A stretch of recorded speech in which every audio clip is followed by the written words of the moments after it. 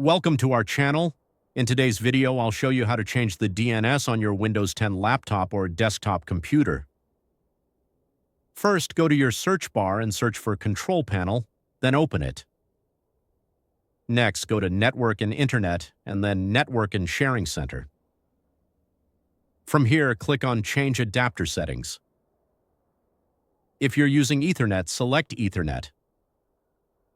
If you're using Wi-Fi, select Wi-Fi. Double-click on the connection. You should see that it is sending and receiving bytes, meaning the Internet is working.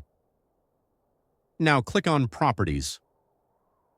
Scroll down and select Internet Protocol version 4, TCP/IPv4, and then click on Properties.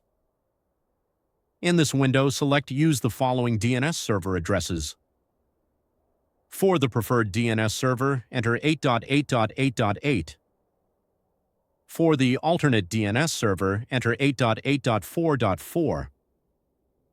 Click OK, then Close, and your DNS server will be changed successfully.